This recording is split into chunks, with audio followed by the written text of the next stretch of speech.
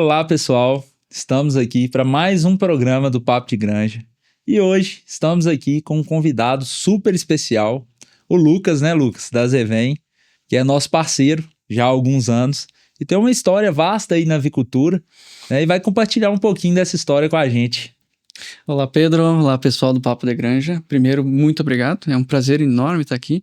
Parabéns por essa iniciativa, né? A avicultura, ela precisa disso, precisa desse compartilhamento da informação, da ideia, e acredito que o Papo de Granja está contribuindo de forma muito fantástica nesse sentido.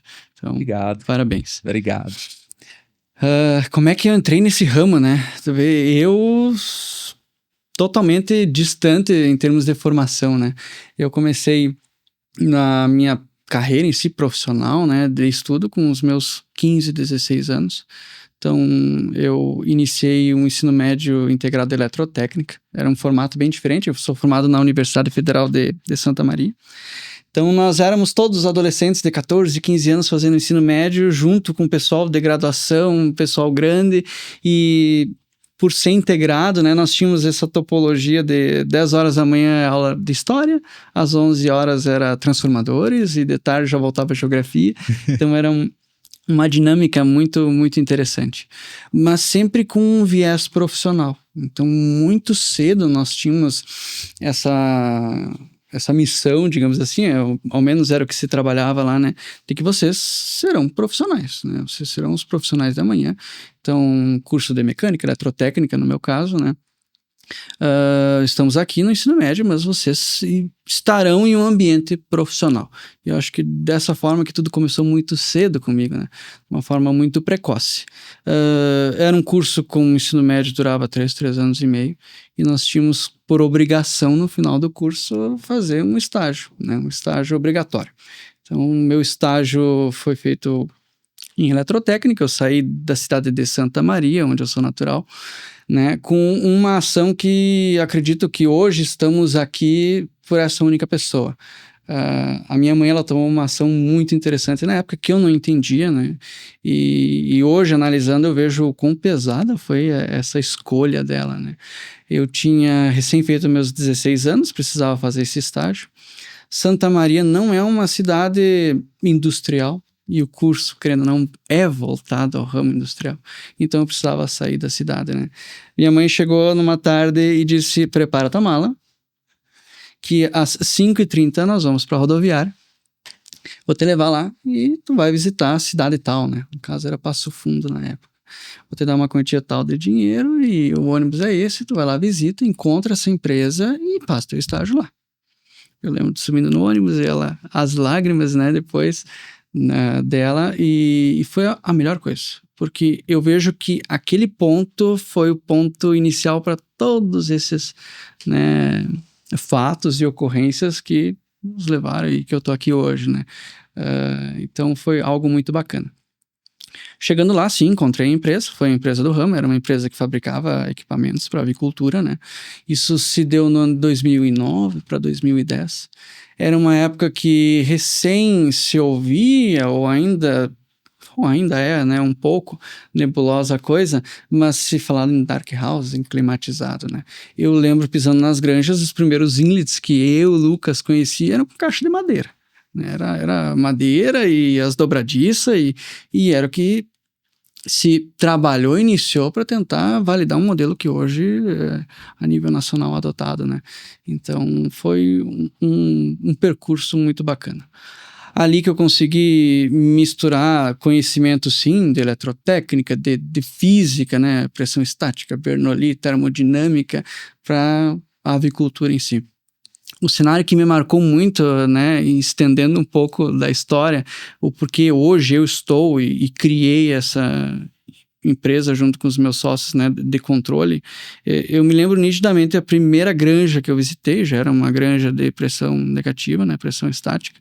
Eu estava acompanhado da veterinária na época da empresa, e ela pediu para eu ir até a janela, né, tinha o vidrinho, enfim, tava ali as aves. O que tu analisa, né? Ela já estava me instigando a fazer a leitura do comportamento do frango, né? Uma criança, assim dizer, que estava só fazendo estágio de eletrotécnica, né? Mas ela perguntava: o que tu tá enxergando ali, né? As aves estão todas deitadas, né? Na minha ingenuidade, estão cansadas, né? Estão ali descansando, estão deitadas. Ela, não, de forma alguma, elas estão, na verdade, passando frio. Aí eu, né? Bom, o que eu vou olhar? Frio, temperatura? Bom, qual que era a desejada, né? Chutando, claro que eu não lembro dos números no dia. Era algo como 26 graus e as sondas marcavam 27, alguma coisa, né? Não, mas a temperatura tá maior, né? Ou próximo da desejada, por que estariam sentindo frio, né? Claro, na minha cabeça eu não tinha compreendido que era a velocidade de ar, que tinha muito vento em cima dessas aves, elas estavam todas recolhidas, né? E o que me encantou, e isso me marcou muito, foi de que ela chegou e disse, então tá, observa agora. Foi lá, apertou 2, 3 botões no controlador, baixou aquela desejada, chamou menos exaustores, né? E naturalmente elas começaram a levantar, comer, beber água, e toda uma dinâmica de ambiência mudou com 2, 3 botões. Para mim aquilo foi muito marcante, pareceu um poderio enorme, né, que um aparelho pode fazer. E claro que com o passar dos anos a gente vê o quão esse poderio também, se mal manipulado, né, mal parametrizado, mal utilizado, pode, né, causar prejuízo, transtorno, enfim. Então ali se deu esse meu início na avicultura. Foi com base no estágio, né, que eu tinha que fazer obrigatório, e aí caí de paraquedas no mundo da avicultura, sim. Lucas, é legal isso, e eu sou filho de formação técnica também. Legal. Fiz escola técnica de formação gerencial nesse mesmo modelo, que era ensino médio, sim, com a formação, e eu acho isso, assim, muito interessante e muito necessário, né? Sim. Porque dali saem profissionais, assim como você saiu, né? E foi e ficou na área e desenvolveu, assim, um trabalho magnífico na área, né? E isso é muito gratificante. Então eu acho que, assim, o poder público, né? As privadas também, né? As escolas e tudo, poderiam dar mais, sim, atenção a esse tipo de formação.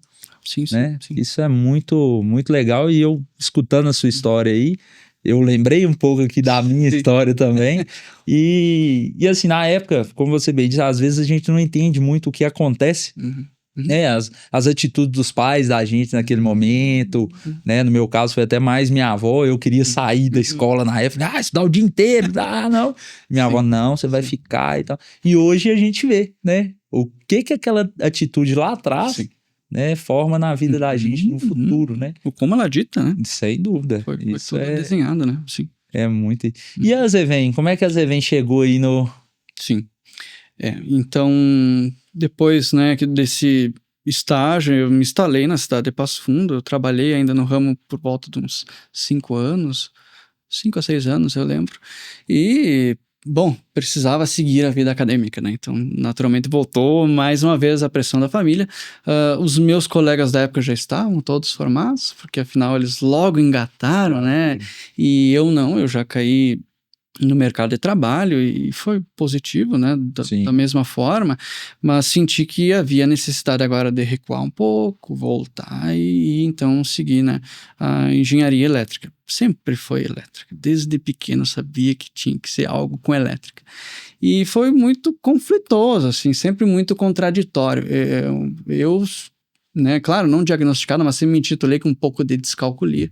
Sempre tive problema com matemática e esses problemas tive que buscar corrigir manualmente, sozinho, enfim, ou com a ajuda de 2, 3 amigos, de forma a conseguir avançar, né? E a engenharia elétrica me forçou a isso. Tanto que na engenharia não foi problema nenhum a matemática em si, né? Tu fez um engenheiro assim, conseguir calcular, né? Mas... dessa forma, consegui, enfim, seguir. Voltei, fiz o curso de engenharia elétrica, permaneci durante 5 anos com esse curso, né? Então, já se passou 10 anos nessa nossa história. E aí, então, analisando o que tinha o mercado o que mudou, né? Bom, agora saí de dentro da cápsula da universidade, vamos ver como é que ficou o mundo, né? A história. E os mesmos aparelhos seguiam lá. Mesmo nível de tecnologia, né? Passado ali seus 5, 6 anos. Então, na época já exigia uma certa evolução, as coisas, tudo evolui muito rápido tecnologicamente, a gente sabe disso, né? Então, existiam algumas dificuldades de carregamento de bateria, sensor, e para todos os modelos, né? Então, isso é uma coisa universal, porque as coisas, elas foram evoluindo e crescendo com o bonde andando. Nenhuma granja parou para experimentar algo do zero, né? Então, a tecnologia teve que ir se moldando de acordo com a exigência, né, das integradoras, enfim, da própria ambiência e dos diferentes climas do Brasil e genética. Então, é um ramo muito, muito complexo, né? Então, a coisa ela é muito custosa. Se nós formos analisar hoje o controlador do montante de construir uma granja nova, ela não é um valor expressivo com todo o investimento. Então, ali requer certos ingredientes, né? É muito trabalho, é muito complexo, é muita responsabilidade sobre um valor que a gente sabe, e a avicultura lá é um mercado de margens muito pequenas, né? Então a gente está sempre tentando aumentar a eficiência das coisas para tentar aos centavos, né? Então a gente precisa ter uma responsabilidade, um cuidado disso. Sim. Então eu não culpo a forma e como os aparelhos se desenvolveram ao longo do tempo. É o caminho natural das coisas. Mas passado todo esse período e voltando e analisando, os problemas e as dificuldades ainda eram as mesmas, né? Eu, ao longo do tempo, via produtores que puxavam 200 metros de cabo para colocar a sirene dentro de casa, para poder acompanhar um alarme, né? Conectividade, enfim, isso é um luxo, a conectividade, né? E até as poucas conectividades que você dava, elas eram muito atrasadas, né? Ao longo da escala de minutos, para de repente tu receber uma notificação. E ali a gente viu que, diferente de uma agricultura que é agricultura de precisão, que a gente vê um modernismo muito grande porque as margens são maiores, a nossa avicultura de precisão ela sofre, né, e peca nisto. Então, com isso, depois de formado, reuni eu e mais 2 colegas de engenharia, né, hoje sócios proprietários também da Zevem, a Débora e o Ricardo. O Ricardo foi meu colega de ensino médio, lá nessa molde da eletrotécnica, então uma amizade que se estende aí nem sei quantos anos, né? O Ricardo é um grande irmão, eu considero. A Débora também, colega de engenharia. E aí, então, nos formamos, nós 3, e paramos e analisamos, tá, ok, tá tudo mesmo parado. Tecnologicamente, as evoluções foram pouquíssimas, né? Tá aí o mercado. Ele precisa, né? A gente precisa evoluir e ainda tem muitíssima coisa para se evoluir. Vamos nos reunir então e tentar fazer alguma coisa, né? Talvez aqui a gente possa plantar uma sementinha, um grão e criar algo novo. Então nós nos reunimos, né? E a Zevem ela nasceu muito antes do comercialmente, né, divulgado. Então a gente ficou ali, se previa desenvolver o primeiro controlador com um ano e meio. Longe disso, nós levamos o dobro do tempo, né? E que bom que levamos, porque a gente validou muita coisa, né? A gente iniciou com uma tecnologia totalmente nova, tudo foi redesenhado, tudo foi do zero. É claro que se tem um know-how, né, de ambiência, a gente sabe como é que a coisa tem que trabalhar, como é que tem que responder, mas isso não é tudo, né? Da mesma forma que a gente vai desenvolver um controlador que, tudo bem, na visão normal, a gente tem sensor de temperatura, baixou a temperatura, ligou o aquecimento, subiu, ligou a ventilação, mas ao mesmo tempo a gente tem um controle de iluminação, a gente tem uma curva, a gente tem um registro, a gente tem uma conexão Wi-Fi, então são N coisas que aquela máquina está fazendo ao mesmo tempo, né, que precisa ser muita calma desenvolvido, né, com muita seriedade, porque é um equipamento 24/7 por 40 e tantos dias no frango de corte. Tem situações aí que a gente tem, né, no gado de leite, por exemplo, os primeiros controladores nossos em gado de leite até hoje da mesma forma e nunca foram desligados. As sondas nunca foram retiradas de lá de dentro, né? Então não existe descanso para esse aparelho. E com isso a gente precisou validar tudo de uma forma muito séria, né? Então, nos reunimos nós 3, levamos esses 3 anos de desenvolvimento do controlador, né? Vejam que desenvolver hoje um aparelho, né, não é tu começar com algo pequeno, porque a avicultura, ela exige muito, ela evoluiu, né, nesse aspecto. Então, a gente já está falando de pressão negativa, né, velocidade de ar, CO2, amônia, N variáveis de controle. Então, tu não pode começar com um aparelho, tem que já está andando o trem. Então, tu tem que trazer um aparelho que seja competitivo e que consiga fornecer o controle disso tudo, que senão já nasce morto, né? Então já se começou com um aparelho de escala mediana, que é o que eu atribuo hoje ao AZ1, um controlador de escala de acionamentos mediana, né? Então, logo depois saiu o Primo, enfim, conforme foi essa necessidade do mercado, né? Mas, então, nos reunimos, esses 3 anos desenvolvemos, e aí, depois de terminado, ok, e agora? O que a gente faz? Afinal, somos 3 engenheiros. Comercialmente, nós somos péssimos, e a gente entende a enorme malha, né, de representantes, de casa elétrica, do quão complexo é esse mercado, né? E aí, como é que vamos entrar nisso, né? Não adianta só tu também ter o produto, né? E assim, então, nasceu os N desafios agora que a gente tem pela frente, né? Mas alguns diriam que é o fator sorte. Nesse sentido, a Zevem, né, teve muita sorte, né? No sentido de ter as pessoas certas, né? O Ricardo, como eu disse, com a sua enorme, né, genialidade de programação, estrutura de sistemas, servidores, enfim. Eu com a parte que gosto mais, que é do hardware, que é de ver o campo, a energia terrível que a coisa tem que absorver, tem que sobreviver, né? A Débora, por exemplo, com a sua habilidade no desenho de interface, o que é fácil, o que não é, e por isso que o controlador herda, então, uma tela tão gentil e fácil para o produtor. Então, acho que se reuniu pessoas com suas habilidades, então, o seu tripé ali para nascer o AZ1, né, o primeiro controlador. Então, a Zevem tem muita sorte, ou, enfim, Deus, nesse sentido, sempre nos ajudando e guiando, e aí surge a Zevem com isso. Algo que vê, ok, o mercado estava estacionado, precisamos de algo novo, mas não só lançar algo novo, a gente tem uma lista de problemas do cotidiano que a gente tem que solucionar, tem que propor algo novo, né? Ótimo que a tecnologia evoluiu, os componentes melhoraram, a internet está presente em tudo, isso nos ajuda muito. Então, usando o que hoje o mercado de tecnologia oferece para construir o AZ1, acho que foi um momento perfeito. Foi fantástico, né? Eu conheci o AZ1 lá na Ciaves de 24, se não me engano. Sim. Lá mesmo nós já fechamos, assim, quase fechamos um negócio, né? Já ficou bem acertado.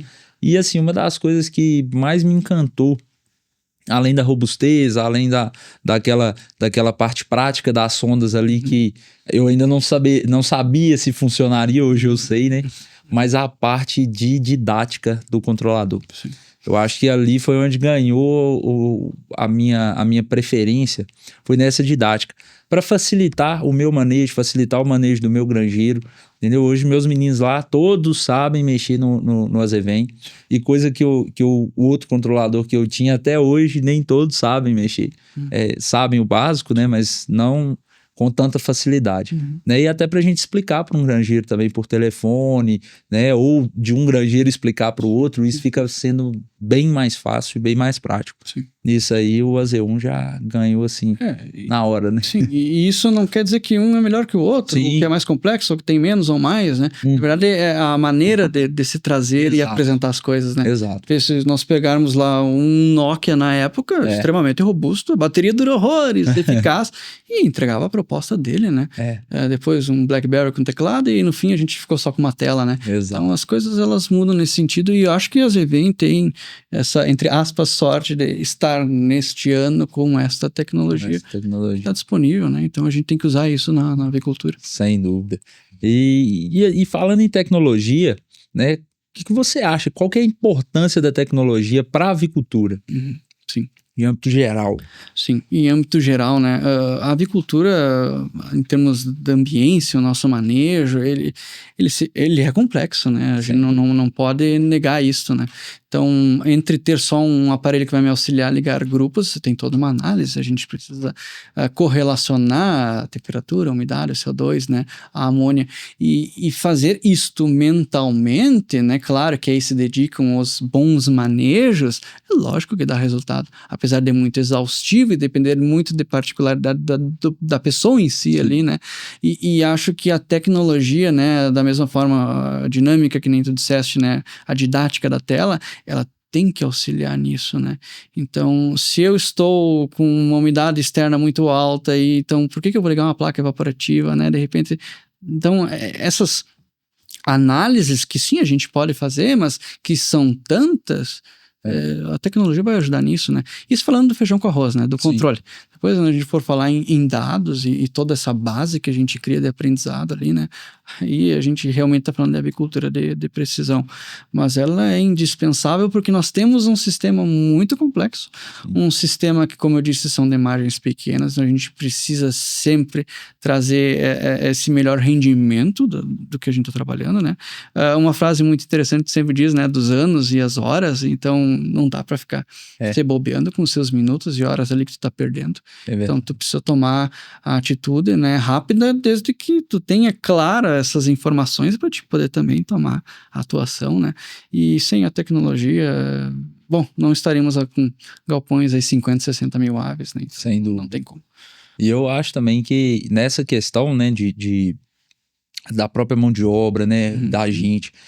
Esses dados na mão ali, eles te otimizam qualquer tomada de decisão. Né? A gente sempre fala, o frango ele é o melhor sensor do galpão. E se você chegar e olhar e souber fazer essa leitura, realmente, igual a veterinária fez com você lá há anos atrás. Quando nem se tinha sensação térmica nos aparelhos. Exatamente. Chegou, olhou, não tá legal, vamos fazer esses ajustes. Porém, quando você chega e vê lá na tela... Já tem uma noção, chega e vê opa, peraí, isso aqui eu preciso dar uma ajustada, né? E aí é aquele negócio, né? A gente ganha alguns segundos. Às vezes a gente não deixa chegar ao ponto da ave deitar, da ave ter uma dificuldade, diminuir um consumo, né? A gente consegue tomar essa atitude antes. Isso realmente é um papel importantíssimo que a tecnologia faz para a avicultura. E a campo, o que você viu nos controladores nessa época, né? Que você falou assim, não, isso aqui eu preciso fazer alguma coisa para mudar. Sim. Sempre foram muitas as questões, né? Sempre houveram e ainda existem, não só para os demais, como para a própria ZV, ponto de melhorias, né? Mas eu acho que a gota d'água, assim, para mim foi, na época, enquanto eu ainda trabalhava, né, no ramo ali, no sentido da conectividade. Sim. Eu lembro que era um núcleo de matrizes, nós tínhamos... Eram 16 aviários que tinham, 16 controladores, né? Era de ter que puxar cabo e cabear um a um. E aí, questão de biosseguridade, né? De a vazio. E aí, você arrastou semanas para tu conseguir conectar 16 controladores à internet, com uma plataforma ainda que era, enfim, limitada. Eu acho que aquilo ali, para mim, foi ok. Isso não tá, vou parar, vou sair, vou me retirar do mercado, vamos respirar e ver o que dá para, né, criar e analisar, porque não pode o teu tablet tu puxar, escolher a rede Wi-Fi, digitar assim, tá conectado. E ali com o roteador no lado do equipamento eu não consegui conectar o controlador, né? Então a conectividade acho que foi um grande catalisador, assim, para, ok, vamos revisar as coisas. Eu acho que ele foi um enorme ponto de melhoria. Porque todos entregam muito bem no sentido da ambiência, né? O controle de ventilação, a gente já sabe como tem que se dar, o do aquecimento também, da refrigeração também. Então, nenhum controlador não faz o papel do qual ele foi projetado. É realmente essa questão da finalidade, de entregar melhor essa... forma de apresentar os dados, a conectividade em si. Ali eu vi que não tinha cabimento, isso não era nos anos 2020 alguma coisa, não tem, isso está fora do tempo, isso está muito atrasado. E você falou ali atrás, né, há pouco tempo, que levar uma sirene para dentro de casa, né? E justamente. Isso eu passei por tudo isso, eu tenho sirene nas casas, né, hoje não mais, mas no período antes aí, a gente puxou sirene, eu tive um acidente na granja, devido a isso, tocou sirene, quem tava lá não ouviu, eu até tava na granja também, não ouvi, e deu o que deu. Puxamos sirene, colocamos na casa do granjeiro, coloquei uma discadora, puxei um cabo para um galpão para o outro, aí comprei um chip de telefonia, aí mandava lá uns tal, ligava pro telefone. Isso funcionou 2 dias ou 3 no máximo, parou de funcionar. Então assim, isso realmente é uma segurança que a gente tem, é uma segurança que quem tá ali nas nossas estruturas tem, né? Pra ele tá tranquilo, pra ele finalizar o serviço e ir para casa sossegado, né? Que ele sabe que se tiver algum problema, o telefone vai chamar, o alarme vai tocar, ele vai escutar e vai saber o que aconteceu. Sim. Né? E assim, ó, o produtor ou quem está à frente não precisa ter um curso básico de eletricidade, tentar entender como funciona uma discadora, tentar pegar um sistema completamente à parte e agregar o teu com uma baixa, de repente, taxa de confiabilidade para suprir uma necessidade que é real, que ela está ali. Exato. Né? Então, o cliente final ele não precisa ter esses aspectos de engenharia ali. Então, é uma coisa que o produto tem que carregar, ele tem que ter trazer, né? Então, o teu telefone, novamente o teu tablet aqui, tu não tem noção de como é que tá a configuração do roteador lá na ponta, mas tu tem a certeza que ele está conectado. Então, assim que tem que um produto se apresentar para quem usa, né? Isso é muito interessante. E qual que é a importância, né, do controlador para a ambiência? Sim. A importância do controlador para a ambiência, o que eu posso te dizer? Houve 2 grandes períodos, digamos assim, né?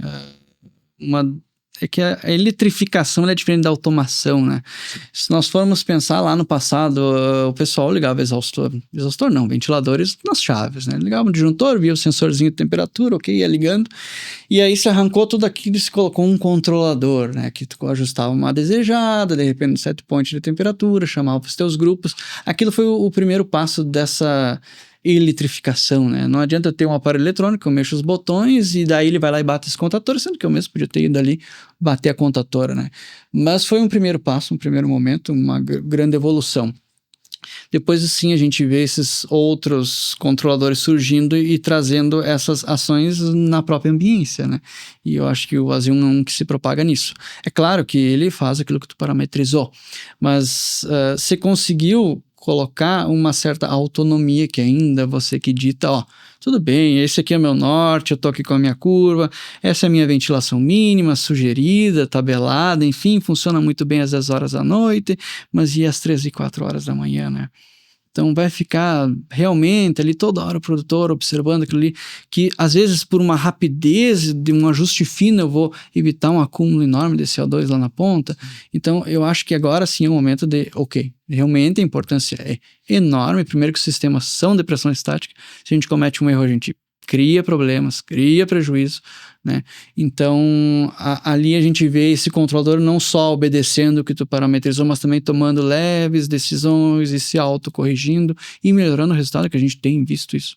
Tu já pode ter acompanhado lá essa questão da ventilação mínima, particularmente que eu tô falando, né? De ter esse leve ajuste de acordo com os sensores. Sim. Diferente de, por exemplo, eu tenho uma sonda de CO2, tudo bem, ela tá medindo, ela é útil, passou daquele valor, ela toca um alarme, e a gente já tá falando de alarme, já chegou lá. O CO2 já tá a nível crítico. Vou ligar um exaustor, jogar todo o meu aquecimento fora, estragar toda a minha ambiência. Como é que fica o frango no meio disso tudo, né? Essa coisa de liga, desliga, renova, força. Então, esse ajuste fino e leve da coisa, né? Essa atualização em termos de ambiência, essa resposta dele, aí sim, a gente está falando realmente de uma importância que, né, não só vai trazer conforto para o produtor ou uma segurança dele naquele manejo, mas de resultado lá na ponta, né? Então, hoje eu não enxergo, e me corrija se estiver errado nesse sentido, de que sim, a ambiência precisa e ela está calçada nesses aparelhos, né? Não temos escolha disso. E eu acho isso aí outro ponto muito positivo também, principalmente nos primeiros dias de lote, né? Que a gente tem uma dificuldade, às vezes, de um intervalo mais curto, né? Então, essa parametrização que a gente coloca ali, às vezes ela fica um pouco ultrapassada para determinados momentos, né? Até às vezes durante o dia mesmo, né? E o AZ1 ele consegue fazer uma complementação de ventilação, né? Ou uma redução à medida do que for necessário. Sim. E isso é muito interessante para a gente dar uma confiabilidade, uma tranquilidade, né? Para a gente observar outros detalhes que também são muito importantes ali na primeira semana. Sim. Né? Então a gente tem realmente essa preocupação, né? E ele ajuda a gente a tocar o lote mais tranquilo. E sendo transparente, né? Mostrando onde que tá alterando, o quanto que ele tá colocando em cima, não uma caixa preta que eu não tenho ideia do que ela tá fazendo, né? Então ele tá sempre te informando, ó, realmente tá alto, eu tô fazendo isso daqui. Então isso é bacana. E a nossa possibilidade de ver, né, pelo smartphone o que tá acontecendo, né? De forma real ali. Isso também é muito legal. que você consegue saber o que está acontecendo lá no galpão, né? Se tá tendo, né, um aumento ou uma diminuição, Sim. né? Como que tá os gases. Sim. E o sistema ele se desenhou de uma forma tão bacana, descer essa coisa de segundo a segundo, né, em tempo real, que muitas das entregas técnicas que a gente tem acompanhado, e a gente acompanha quando se inicia um controlador, se dão de forma remota. Porque, bom, você deve ter observado no teu aplicativo, né? Ligou um exaustor, subiu a pressão, abriu o inlet, a gente enxerga a dinâmica ali, às vezes de uma forma muito mais clara do que eu ali na frente do controlador em si. Sim. Lá a gente tem essa transparência, né, desses dados, dessa dinâmica, então não se pecou em nenhum momento nessas entregas de forma remota.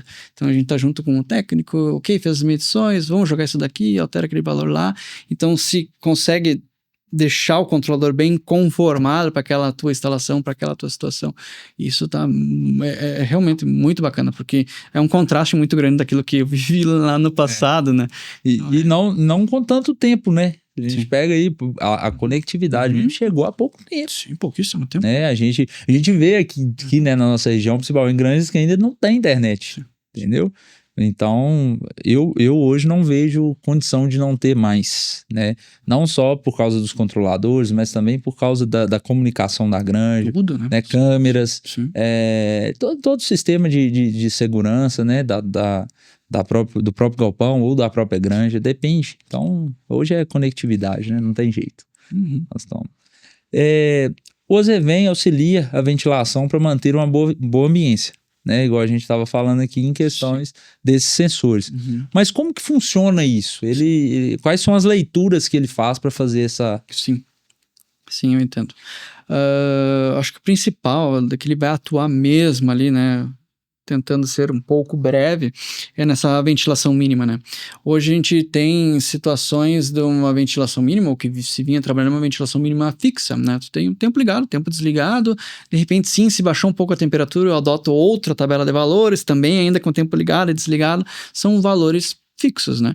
Se nós buscarmos o objetivo realmente da ventilação mínima, sim, é para uma situação que eu estou, né, abaixo da minha desejada, é a mínima ventilação, a mínima renovação só para a questão de gás, então nós não estamos falando de temperatura, e aqui entra a palavra-chave, né, gases. Então, o papel da ventilação mínima é ligar, sim, de forma temporizada, de forma cíclica, com base de gás, renovar isto.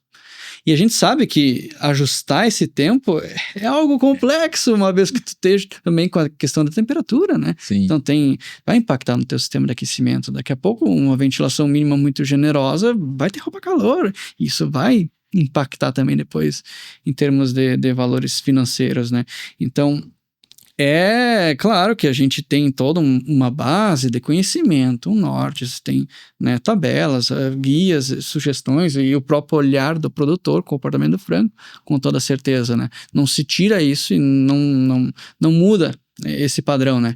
Mas a palavra-chave aqui dos gases é, ok, eu não vou só usar essas sondas como mecanismo de segurança e alarme. Não vou esperar o gás subir para tocar um alarme e o produtor vai ter que ir lá. Realmente, esses 90 segundos não foram o suficiente, né? Então, permitir que o controlador aumente esses 90 segundos para 95, 100, de forma tímida, de acordo com que o próprio gás vai subindo, ok, então agora a gente tem um aparelho que está atuando realmente nessa ventilação mínima, né? Então, como é que ele opera nisso? Lá nós chamamos de CO2 seguro e CO2 perigoso. Então, a gente tem esses dois pilares que são uma janela. Então, eu tenho meu CO2 seguro, que eu vou dizer o quê? 1.000, 1.500 ppm, tá tudo seguro, tá tudo bem. 3.000 é perigoso, ok? Mais que 3.000 realmente é perigoso. Em vez de nessa janela eu atuar em degraus, né? Somando valores a soco na ventilação e saltando ela, eu começo a quebrar uma certa porcentagem, uma certa autonomia de tempo, para ir fracionando isso dentro dessa janela. Então, se 1.500 tudo bem, chegou a 2.000, 2.300, bom, esse controlador já vai ter uma base de tempo para adicionar que foi você que deu essa autonomia. Então, ele não faz nada por conta, né? Não vai, ok, isso aqui daqui a pouco está me influenciando tanto e me jogando o aquecimento fora. Você pode diminuir essa autonomia que a gente faz de acordo com cada granja. Sim. Então, a gente consegue pegar bem certinho qual que é o valor, né? Só com base de análise dos dados, enfim. Então ele vai fracionar esse tempo que ele pode adicionar nessa ventilação mínima nessa janela, e aí conforme o gás vai subindo ou descendo, ele vai mudando esse tempo. Da mesma forma que eu comecei, de repente, adicionando tempo porque o CO2 subiu, né? Quando o CO2 descer, porque eu aumentei o meu tempo de ventilação, ele vai voltar a recuar. Então, o sistema que está indo e vindo e ajustando. Então, ele acaba, porventura, encontrando um ponto de equilíbrio. Sim. Então, se o produtor, sim, vai lá, baixou aquela ventilação mínima e foi muito conservador e, de repente, ela ficou insuficiente, né? Esse teu tempo ligado, o controlador vai poder ir ajustar sob medida, sob demanda desse teu gás, esse teu tempo de ventilação mínima. Aí sim, bom, vamos supor que aí eu aumentei minha ventilação e o aquecimento não venceu mesmo, né? Baixou a temperatura. Aí ele vai e recua por causa da temperatura. Então a gente tem todas essas variáveis trabalhando ao mesmo tempo. Nenhuma tem preferência sobre a outra. Se aumentou por gás e reduziu por temperatura, ok, o próprio gás vai jogar de volta. Então ele sempre vai encontrar o ponto de equilíbrio. Então acho que aí nasce uma ventilação mínima variável mesmo, né? Sob essa demanda de gases. Era uma aposta lá no desenvolvimento, afinal, né, não se tinha levado a campo, testado isso, mas foi um algoritmo. O algoritmo é nada mais que uma receita de bolo, né? Então você fez essa receita, se ensinou o controlador dessa forma, ok, vamos ver como é que vai se comportar. E foi fantástico.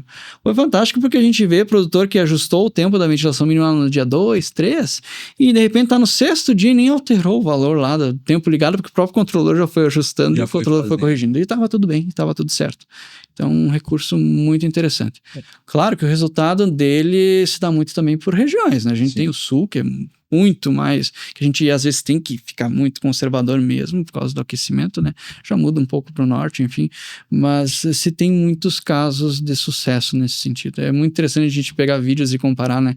Se a gente pega uma granja do lado, que o ambiente é o mesmo, a estrutura é a mesma, aí tá eles comendo, bebendo, e o outro lado tá letárgico, parado por causa do CO2, então com certeza vai impactar o futuro dessas aves, né? Sem dúvida.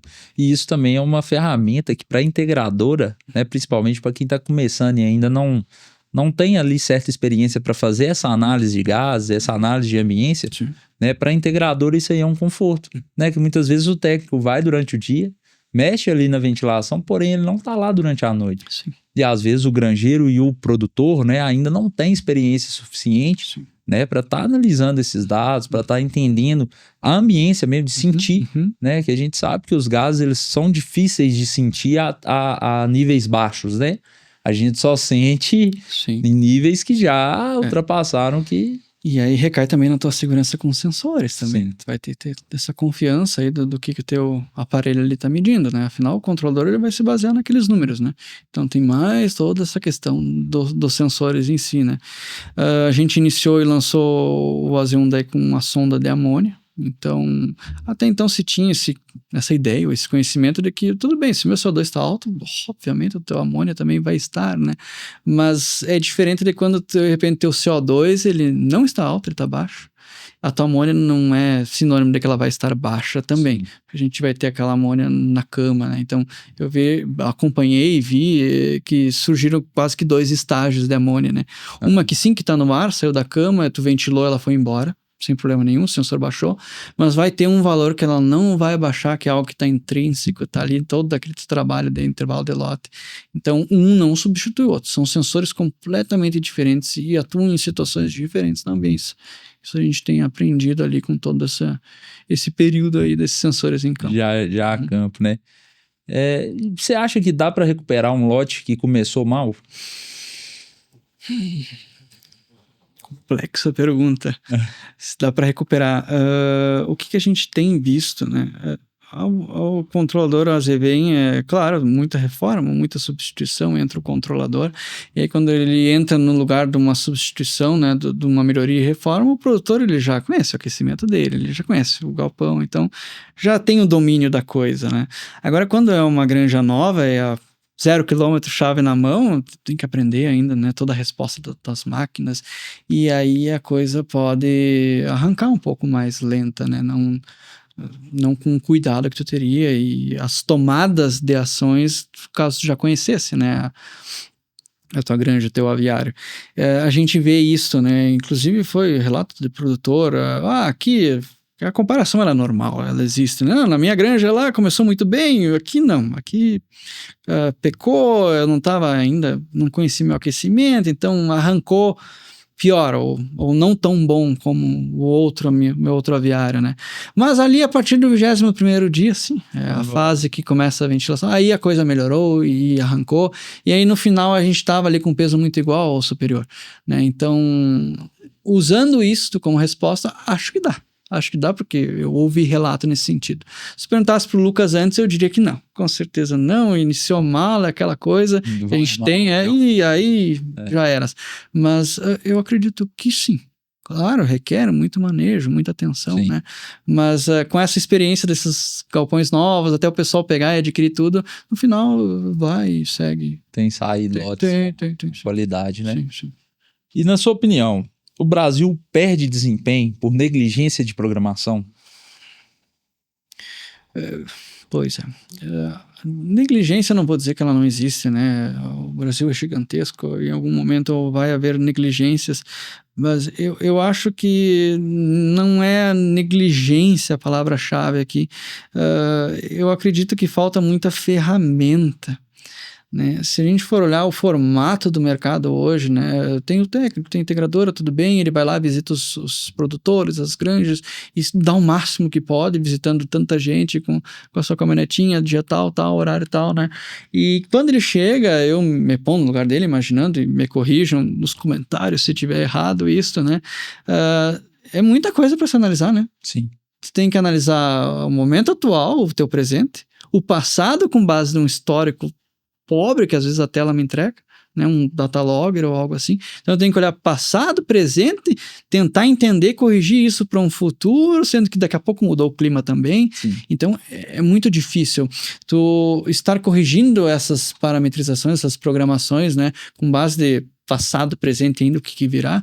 É algo complexo, então isso vai impactar a coisa, e aí recai naquilo dessa flexibilidade, de repente, dos pequenos ajustes. Então, sim, a gente vai parametrizar, tem aquele norte, né? Então, por que eu digo que falta ferramenta?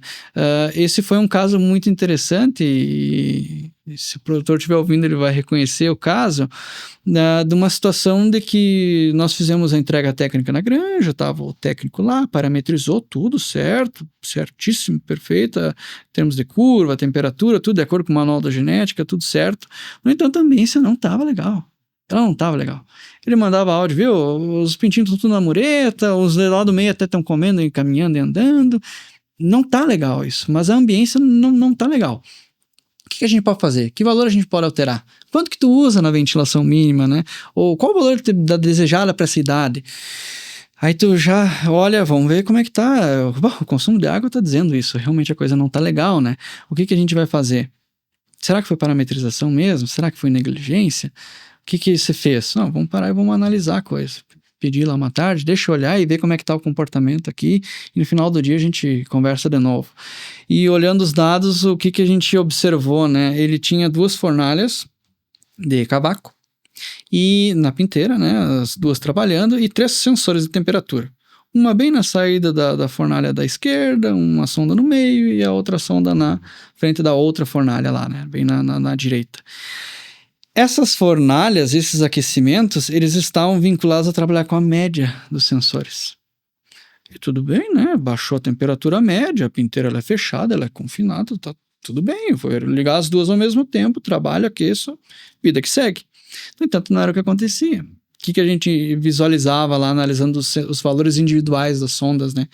Que a fornalha da esquerda, ela tinha uma resposta muito mais rápida que a da direita.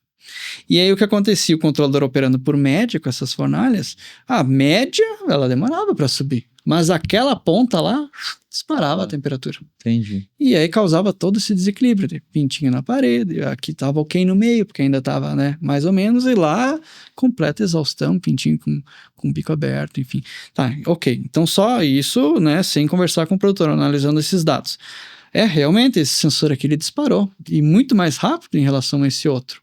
Vamos tentar vincular isso aqui com os sensores, né? Ok, vinculou essa, vinculou aquela, pronto.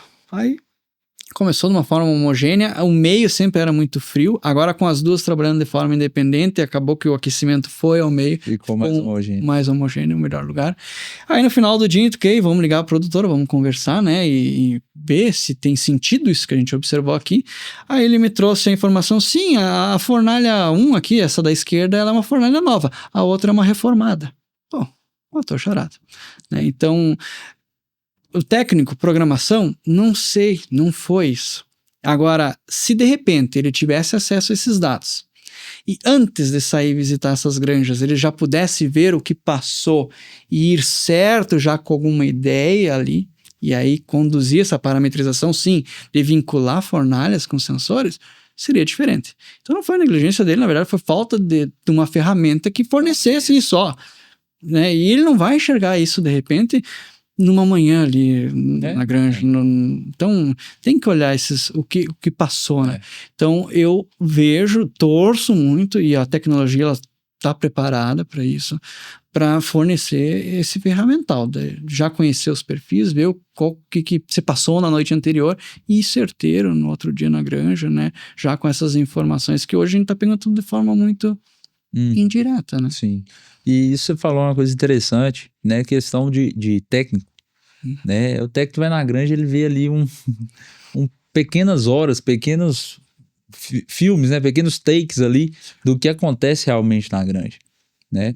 Então aí que está a importância ali do treinamento, né? Da profissionalização, né? Tanto do integrado, do produtor, quanto do granjeiro, de quem está à frente ali, né? A gente precisa de ter profissionais, pessoas ali ligadas com o ramo e que aprendam a fazer essas leituras, né?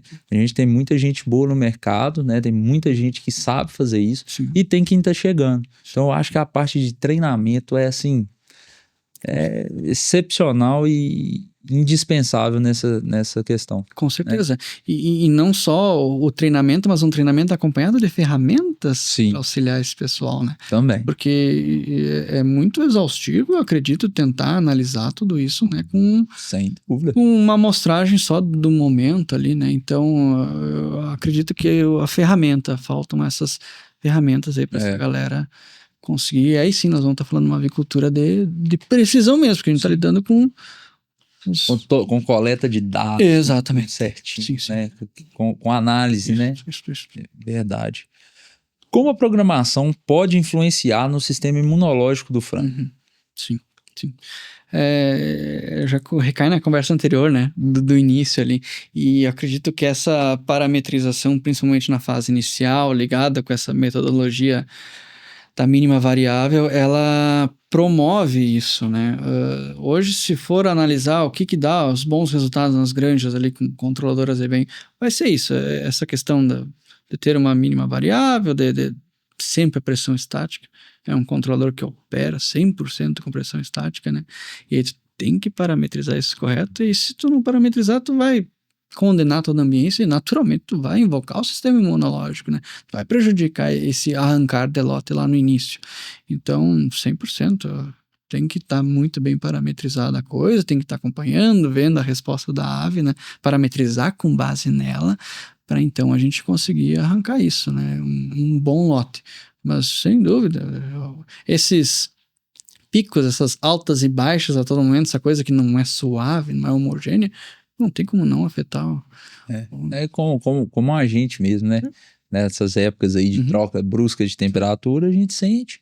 Da mesma forma é o frango, né? Ele perde desempenho e também pode ocasionar ali, né, um enfraquecimento desse sistema e a entrada de patógenos, de vírus, bactérias, etc. O universo é gigantesco. Exatamente. Qual a importância de posicionar as sondas em pontos estratégicos? Sim. Cai de novo naquela do aquecimento, né? Mas para te ver como é sempre as questões e as dúvidas, elas são as mesmas no ramo, né? São dores em comum, né? E com certeza essa questão do posicionamento dos sensores é primordial. Já é de consenso comum, a gente sabe a distribuição, né? Que é próximo da entrada de ar, tem que ter no meio, tem que ter no fundo para tu conseguir tomar a média do galpão, né? Mas o que eu vejo é uma mudança nesse cenário com o avanço do aquecimento a gás, né? Sim. Aí a gente muda o cenário da quantidade de sensores e posicionamento dos sensores. Até então, ali, 4 sensores de temperatura, tá tudo bem, tá tocando, a gente consegue ter uma boa amostragem, ótimo. Mas, e quando se fala em aquecimento a gás, que tu tá com a tua pinteira, que não estão todos os sensores lá dentro, né? Como é que tu vai controlar isso? A gente vê diferentes máquinas com respostas diferentes, né? A Campânula é o N tipo de aquecimento, onde a gente precisa aumentar a quantidade de sensores e aí sim trabalhar por zonas, por setores, né? Se porventura eu tenho lá 4 sensores de temperatura, tudo bem, se coloquei 2 na pinteira, uma fora, uma lá no fundo, bom, eu tenho só 2 para acionar esse aquecimento todo, né? A gente sabe que lá no meio de uma campânula o aquecimento é muito mais alto do que nas pontas, até irradiar e chegar lá, né? Como é que eu vou controlar isso? Aí existe N mecanismos, né? Alguns temporizam, que ok, eu estou preservando, mais que 40 segundos no meio começa a queimar o pintinho, não posso deixar ligado mais 40 segundos. Tudo bem, vai lá e desliga, mas ao mesmo tempo que tu não está aquecendo o meio, tu está retardando aquecer as outras regiões, né? Então, montar zonas de aquecimento com o gás, né?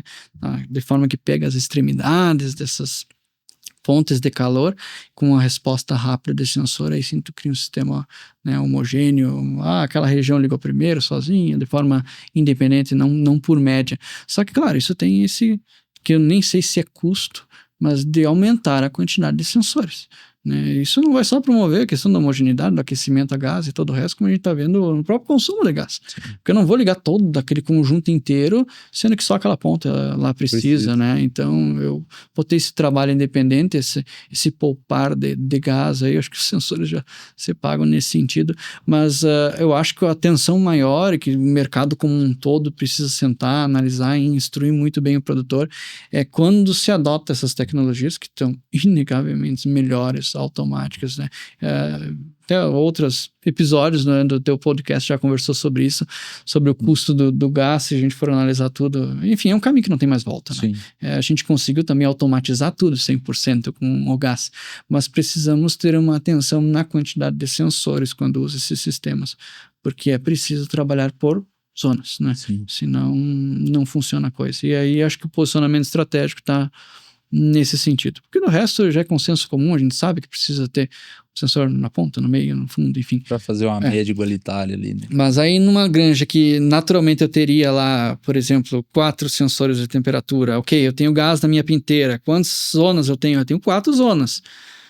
Tu precisa de 4 sensores. 4 zonas.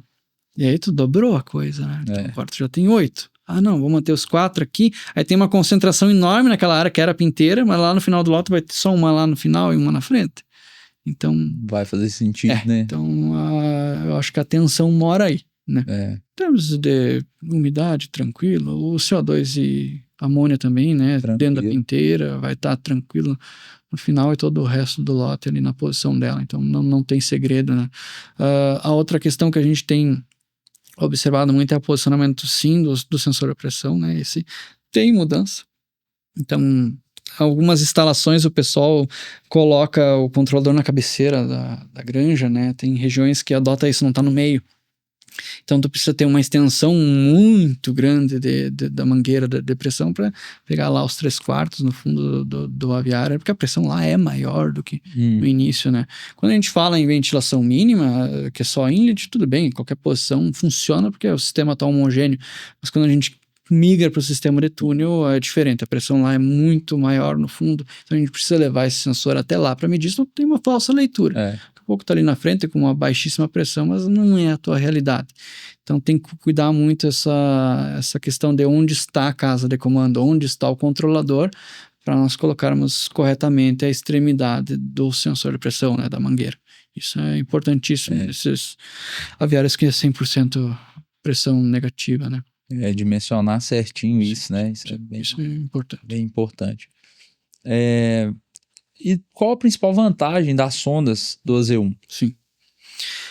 Pois os sensores foi... O que eu vou dizer? Olha, consumiu um longo tempo de desenvolvimento, porque houve muitas versões até a gente chegar nessa que está em campo, né? Até então, eu conheci esses dois grandes universos, dois tipos de sensores, tecnologicamente falando, né? E me desculpe se eu pesar aqui o assunto com um papo de engenharia, mas nós tínhamos esses dois grandes universos de sensores analógicos e digitais, né? Ambos funcionando perfeitamente, são tecnologias que estão aí, dominam o mercado e é inegável, elas funcionam, né? Só que claro que todos têm os seus detalhes e suas vantagens, né? Por exemplo, o sistema com sensores analógicos é extremamente prático, é cabo PP, tu cortou, emendou, funcionou, né? Só que claro, requer um controlador muito hábil matematicamente para conseguir te entregar um valor muito bem aferido desse sensor. Os sensores analógicos têm uma curva que não é linear, então a gente envolve muita matemática para calcular esse valor de temperatura. Já os digitais têm essa incrível facilidade, né? Tu ter só um cabo, tu pendura quantos sensores, teoricamente, tu quiser. Então, não tem uma limitação física de quantos sensores são, né? Então, já está aí uma enorme vantagem também nesse sentido e fora a precisão, né? Aí é digital, é fantástico. É um microcontrolador, um cérebro te falando o valor de temperatura, né? Não é uma curva que eu estou tendo que calcular. E sabendo isso e conhecendo essas enormes vantagens desses dois universos, o que a gente fez? Bom, vamos pegar e vamos unir essas coisas. E aí então surgiu esses sensores que não são nem analógicos nem digitais, são as duas coisas, são analógicos e digitais. Hoje todos os sensores da Zeven eles são digitais na ponta. O bulbo da temperatura ele é digital, a umidade naturalmente é digital. O sensor de CO2 ele também é incrível porque a gente não usa um sensor com célula química. O que eu quero dizer com isso, os demais sensores eles precisam queimar uma pilha química, como uma pilha do teu controle lá para abrir o portão, né? Para poder medir esse valor de CO2. Nós não usamos isso, a gente usa um sensor que é um feixe de laser, é acústico, enfim, eletroacústico. Então, isso tem uma vida útil maior também. É digital, já é moderno também. Então, são sensores que eles são digitais, mas que a informação deles digital chega lá no controlador por meio analógico, por meio dos cabos simples, cabo PP. Então a gente misturou as duas coisas. Cada sensor tem seu cérebro que converte isso. E é muito fácil para um técnico em campo, um eletricista, diagnosticar se o sensor está funcionando bem ou não, porque o quê? São 3 vias, né? A alimentação, positivo, negativo e um retorno, que vai de 0 a 5 volts. Então, o pessoal já mede. Então a gente simplificou muito o método de transmissão. Sim, cada sensor tem seu cabo, né? Alguns podem ver isso como algo negativo ou mais custoso, mas o cabo tem um metro mais barato, o PP também. Só que eu não abro mão do recurso de segurança disso. Porque se me falha um sensor e porventura ele entra em curto, ele não me derrubou os demais, eu continuo tendo parte da granja funcionando, né? Por mais que eu tenha perdido esse sensor. Isso é uma coisa que a topologia de ter vários cabos por sensor, sim, ela é mais morosa, para instalação ela tem um volume muito maior, mas traz essa segurança aí, né? De tu ter cada sensor a sua via, o seu cabo. E aí com isso a gente agora tem essa robustez da transmissão analógica, de cada um com seu cabo, quebrou o cabo, emenda, tá tudo certo, não precisa de blindagem, mantendo uma distância segura de cabo de potência, claro. E a precisão do digital, tá? E a prova, abre o galpão, olha os sensores, batem todos, né? Na casa dos décimos de grau Celsius, então a precisão é inquestionável, ela é fantástica. Né? Até isso gera sempre estranheza quando o pessoal olha ali que tá e nos ajuda muito a diagnosticar também a saúde de um sensor, né? Se tem tu sabe que está fora algo pode estar errado, né? Ou o bulbo tá mais para dentro, ou a limpeza, ou enfim, o que for. E aí sim, dessa forma a gente conseguiu manter essa robustez, né? Bom, a granja, né? Vamos pegar um caso aqui, teu tio que me perdoe se eu mensurar ele, ou até mesmo as tuas granjas, vai fazer quanto tempo aqueles controladores lá? 2024. 24, né? vai. Sim, 2 anos. 2 anos, né? Quantos sensores nós trocamos lá? Nenhum. E o sensor de CO2 segue o mesmo. Mesmíssimo, sem desvio, descalibragem, nada. Então a gente acho que conseguiu pegar essas vantagens dos dois mundos, aí unir eles e entregar esses sensores. Então, acho que essa é a vantagem do sensor. E fora que se a gente tiver, né, por algum momento uma descalibragem, ainda tem aquela vantagem de conseguir localmente calibrar até que faça, né, um reajuste ali. Sim. Isso também é uma coisa que... E tu pode fazer isso, vai funcionar. Ainda, né? Mas tem essa ferramenta. E vai funcionar porque é um sensor totalmente linear. Então, ele vai do início ao fim, aquele teu offset vai estar certo. Bom demais. Eu sou fã dessa forma, pela segurança, né? Que, igual você disse, já aconteceu no meu caso, né? Aquela vez que eu te liguei, tinha ligado errado, você lembra? Sim. Tinha ligado invertido. Sim. Desconectou aquele, o galpão continuou funcionando. Eu com 30 e tantos dias de frango lá, fomos lá, consertamos. Sim. Filé, sem problema nenhum, e tá até hoje. Na sua opinião, né? Nós já até falamos disso. O acesso remoto é um ponto-chave? Sim. O acesso remoto, sim, ele pode ser situações de ponto-chave, como essas que a gente tem que mitigar alguma coisa, ou compreender o que está acontecendo para algo que não é óbvio à nossa vista, né? Mas tem vários estágios do acesso remoto, eu diria, né? Tu vê, tem aquele pessoal lá do cabo, dos 200 metros, que vai estar extremamente satisfeito, tendo a notificação no telefone, alterando a desejada, tendo aquela visão não tão complexa, mais simplista, né? Mais que o que ele estaria vendo se estivesse na granja, na tela do controlador. Tem aquele outro acesso que ele é mais pesado, ele é mais técnico, é com todos os parâmetros, então a gente tem acesso a tudo.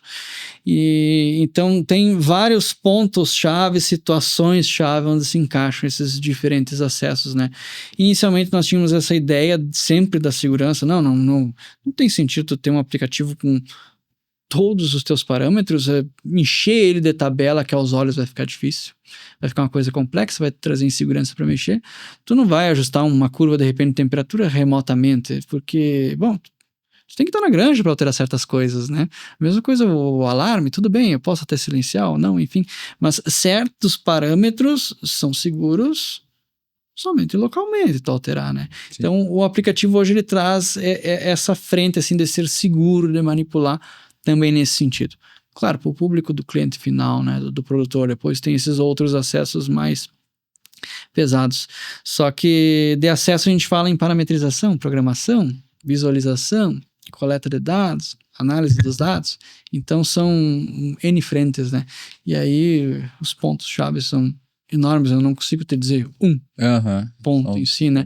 Mas é algo que eu vejo logo ser indispensável, assim, né? Sim. Indispensável. Hoje a gente tolera, aceita essa questão da conectividade. Tem muitos lugares que estão ilhados, estão remotos, a gente não tem conexão de repente, mas com o advento da Starlink e todo o resto, a realidade é que hoje, ponto do mundo consegue internet, né?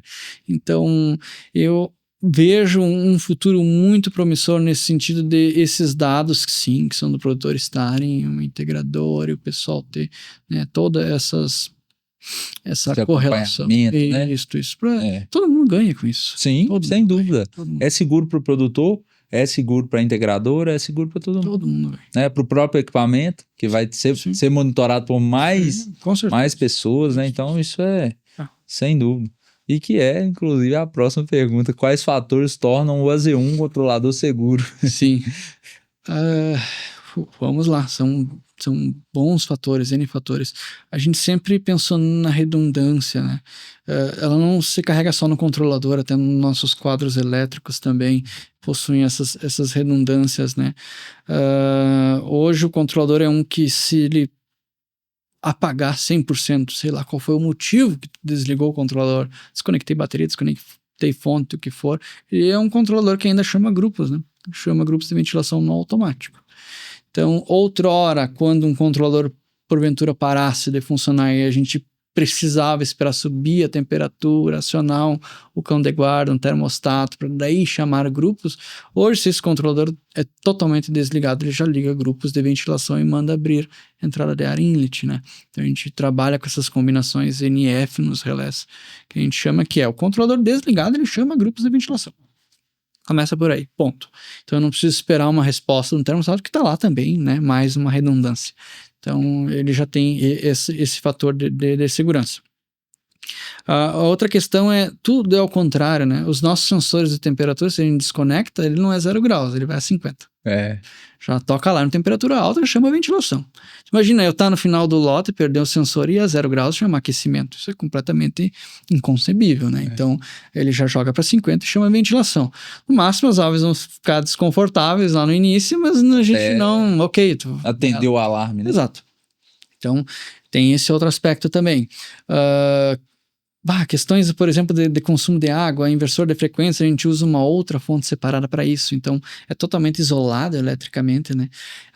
Então o controlador ele tem essas duas fontes de trabalho que a gente manda e não abre mão dessas fontes porque elas são fantásticas e parte da confiabilidade do controlador está nisso, que é a fonte principal para alimentar o cérebro dele. Então, para ele continuar conectado na internet, continuar nos mandando essas informações, ele tem essa fonte só para isso. E a outra fonte, sim, para daí a fonte suja, que a gente chama, que é conectar num dimmer, que vai trazer ruído de uma lâmpada, que é conectar no inversor de frequência, que daqui a pouco tem um harmônico da rede, ou problema de aterramento, ou até mesmo a sonda de água, que a gente não tem uma sonda de água, ela é embutida no controlador, né? Esse sensor de água, ele, às vezes, 10, 15, 20 metros de cabo até chegar lá no hidrômetro, e aí cai um raio, tem uma tensão de passo, vem para o controlador. Então, tudo nesse sentido perigoso, a gente tem essa fonte suja, essa fonte de sacrifício, vai queimar ela. Mas o controlador vai seguir ligado, trabalhando e informando as coisas. Então, aumenta, assim, um pouco o custo dele, mas, né, o quê? É uma fonte, seguro, né? Coisa que a gente amortece e segue a vida, porque é assim, e tem que ter. Senão eu não estaria seguro e pôr um aparelho assim em campo. Então tem essas redundâncias, né? Dos relés, dos sensores, dessas conexões, desses equipamentos, né? Questões como totalmente desligado também, sirene, ele toca, então não precisa do cérebro mandar, já vai tocar, né? Então eu vejo um controlador hoje seguro nesse sentido. Sempre me chamou muita atenção na época que tudo acontece à noite, às 2 horas da manhã, quando todo mundo está dormindo, né? Eu prezo bastante meu sono. Se não fosse seguro, eu não estaria, né, nisso, né? Então tá muito interessante assim a configuração do AZ1 hoje. A outra questão é no próprio quadro elétrico, né? Hoje os nossos quadros elétricos, eles saem sim com termostato, é obrigatório, o integrador exige, está no memorial descritivo, mas eles também têm um outro cão de guarda que é de pressão estática. Então nós temos um sensor de pressão, que é totalmente a parte do controlador, não é o sensor de pressão do controlador, é um sensor mecânico, que ele é posto no quadro elétrico, que se a pressão sobe ou ultrapassa um valor acima do controlador, ele mesmo vai e corta o comando do quadro elétrico desligando os grupos de ventilação. Qual que é o cenário que esse sensor me aliviou assim, né, em termos de segurança? É o próprio termostato. Se a gente for analisar, qual que é o papel dele? Ligar grupos de ventilação, ligar forçadamente esses grupos. Tudo bem. Para ligar grupos, a gente precisa fazer o quê? Dar abertura. Sim. Pressão negativa, tu tem que abrir e entrar no ar. Então, o que faz? Chega aquela temperatura alta do termostato, ele vai lá, aciona a abertura da entrada de ar, espera um tempo, a gente vai lá e ajusta num temporizador analógico dentro do quadro, né? 1 minuto, 1 minuto e meio, tempo de abertura, ok. Feito isso, liga os grupos. Quem disse que abriu a entrada de ar? Quem disse que não desarmou o relé dessa entrada de ar, ou de repente o teu manejo estourou, ou o que aconteceu? Enfim, tu não tem garantia de que abriu realmente. Como é que eu vou estar seguro de, às vezes, ligar 8, 9 grupos? Forçadamente nesse sentido, né? Sem ter essa certeza. Então isso vai... Tudo bem, daqui a pouco eu tô pensando em proteger o lote nesse sentido, mas eu nem protejo o lote e ainda prejudico a minha estrutura, né? Então esse sensor hoje é um que me dá essa tranquilidade, assim, de que tudo bem, se porventura o controlador com todas essas, né, artimanhas de segurança, ainda assim chamando grupos, automaticamente se ele está desligado, a temperatura sobe aquele valor termostato, bom, eu vou esperar abrir a entrada de ar, ele vai ligar os grupos, e se a pressão estourar nele também, eu desligo isso e protejo a coisa. E até lá tá tocando alarme, né? Tá tocando alarme. Então, eu vejo boas camadas de segurança nesse sentido. Sem dúvida, é um controlador muito seguro, né? Por essas situações. E qual o maior gargalo do produtor hoje? Manejo ou estrutura? Os dois, eles podem estar de mãos dadas ou não, né? Sim. Manejo ou estrutura. Às vezes a tua estrutura, ela não te permite aquele manejo clássico, né? E às vezes a gente tem que dar uma rebolada na coisa para tentar compensar alguma vedação, um aquecimento ou algo assim, né? Então, se a minha estrutura ela não tá legal, vai impactar no teu manejo, Sim. né? No entanto, se a tua estrutura tá ótima, tá ok, tá legal, se tu não tem um bom manejo, também o que vai adiantar essa tua estrutura? Então, acho que um tá ligado ao outro, dependendo da situação, e um também não exime o outro, né? Sim. Acho que tem gente que faz lotes incríveis com a estrutura que tem, conhece, compensa às vezes algumas fragilidades com o manejo, né, de pura dedicação e trabalho ali, e que às vezes é melhor do que alguém que está com incrível de um maquinário. Então, é complexo, né? Isso. É complexo, mas acho que tá, às vezes, um ligado ao outro, sim. Sim, isso a gente vê aqui na região também, né? Pessoas com galpões ali sem tecnologia ainda, né? Galpões convencionais lá no braço, Sim. e a pessoa tirando resultados ali próximos a de quem tem estrutura, né? De galpão climatizado, ou até melhores às vezes. Né? Então, é claro, né? A dificuldade, o braço que a pessoa precisa ter, Sim. o feeling, sentir a coisa mesmo, Sim. precisa ser bem maior de quem tem a tecnologia investida. E o desgaste dessa pessoa. E o desgaste, sem dúvida. O trabalho é outro. Né? Com certeza, a gente fala que o galpão climatizado tem muito trabalho e tudo, que a gente sabe que tem, né? Que é muito difícil, são muitos detalhes, muita coisa para acertar. O trabalho diário é pesado, né? A gente fala lá na Granja, né? Se a gente não pegar de 7 às 4, de cabeça baixa, a gente não dá conta, não. E é assim, e no convencional ainda mais, né? Sim. Mas tem quem tire resultado. Sim. É isso. Qual a importância da ventilação mínima no aquecimento? E como o controlador ele pode auxiliar? Acho que isso vai... a gente conversou ali, né? Ela preserva, assim, para não, né, danificar, reaproveitar ao máximo esse teu aquecimento. Então, ela é uma ventilação mínima sob demanda, de acordo com os teus gases ali, né? E eu acho que outro detalhe é essa questão do zoneamento, né? Quando se trabalha com gás, ou até mesmo naquele exemplo que eu trouxe, né? Das fornalhas, também exigiu a gente vincular isso aí certinho, né? Então, acho que no momento que tu analisa isso, se consegue casar e traduzir ali pro controlador, é uma questão, de repente, de manejo, programação, não sei, mas tu aprendeu e entendeu e ajustou, né? Para trabalhar dessa forma. Então... E daí vem a importância também, né, do monitoramento de amônia e CO2, né? Saber entender o que significa cada parâmetro desse e até onde a gente pode, né, colocar o teto ali, vamos dizer assim, seguro. Os teus limites, né? Do que pode chegar ali, o CO2 e a amônia. Qual erro faz o produtor investir em tecnologia e não ter retorno? Sim. Muitas frentes, né? Muitas frentes. É claro que a gente não pode de forma alguma generalizar as coisas, né? Mas ter o melhor equipamento, pagar o valor do melhor equipamento, não é a garantia, né? Tu tem teu ferramental ali, né? Quantas vezes a gente compra um carro, entra no carro, né? E o carro, o papel dele é dirigido de um ponto ao outro e a gente não usa todos os recursos que esse teu carro oferece, né? E às vezes tá tudo bem, eu tô bem com isso, né? Só que, claro, sentar, olhar, entender, buscar o conhecimento, né? Eu acho importantíssimo. Tem uma frase que é terrível, eu não gosto dela, que é a frase que a gente não aprende com experiência alheia, né? Errado, tu aprende sim, as trocas, esse é o nosso objetivo de estarmos aqui hoje. Exato. Então, dessa forma, buscar e compreender e ver o potencial daquilo que tu tem, daquela tua máquina ali, e como que ela pensa, né? Claro, puxando para o meu mercado, né? Mas isso é geral, isso é para tudo, né? De repente eu pego o meu carro agora, eu vou até o Rio Grande do Sul e se eu for dirigir da forma usual que eu vou daqui até o mercado, meu Deus, Javier, será muitíssimo maçante. Diferente se eu usar uma condução de faixa, uma velocidade automática, enfim, a coisa fica mais leve, né? Então eu acho que recai de não só tu adquirir esse equipamento, mas compreender e extrair o melhor dele. E claro que vai depender de ti e de quem tá operando isso, não adianta.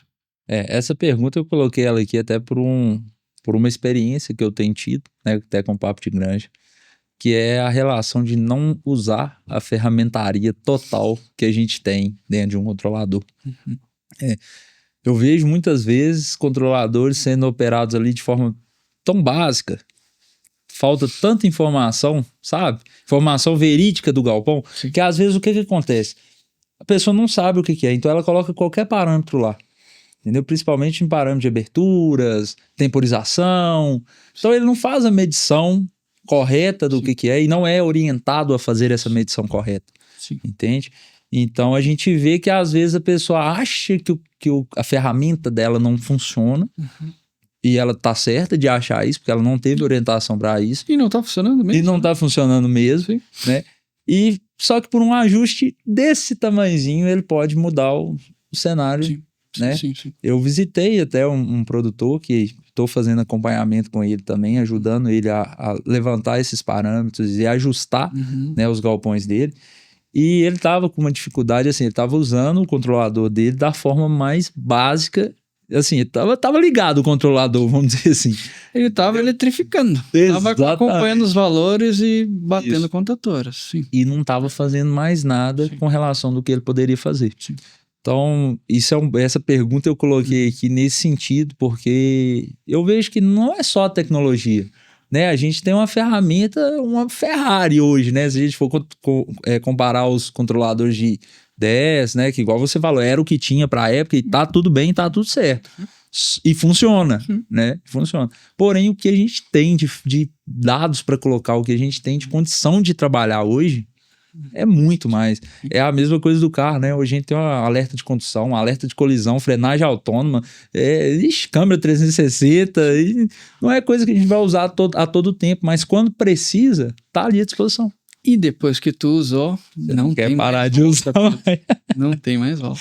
Exatamente. E isso, eu tenho acompanhado e visto, assim, situações de que, sim, a gente sai, né, até de repente aquela questão da parametrização, né, tem muito questionamento, assim, tá, eu consigo copiar essa minha parametrização aqui para os outros controladores, né, e como é que é pôr todos eles em massa com os mesmos valores? Como nós vamos fazer isso, né?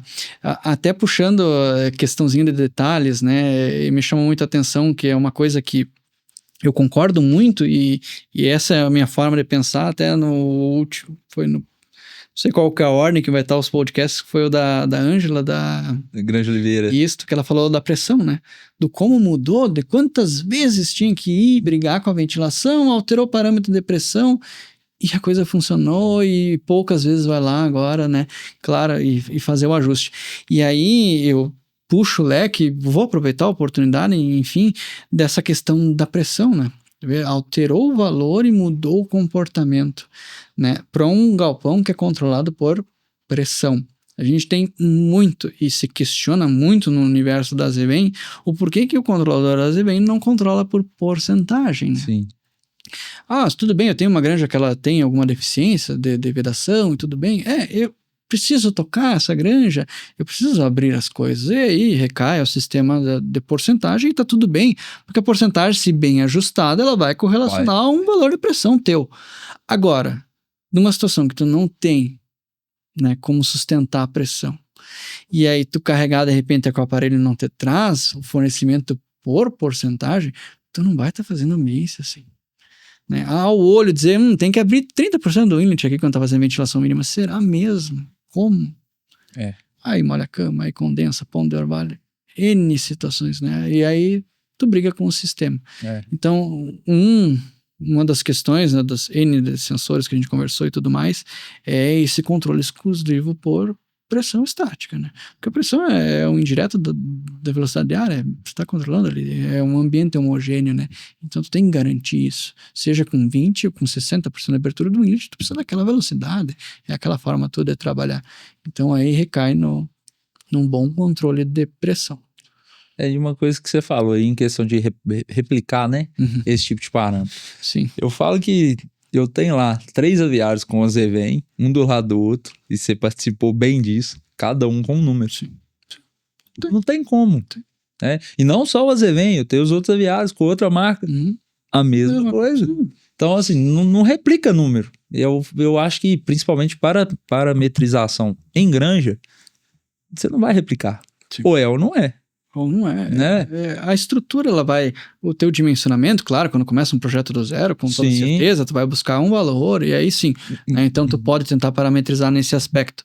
Mas mesmo que você busque esse valor, não quer dizer que ele vai dar lá no dia com certeza. No dia da inauguração lá, da entrega técnica.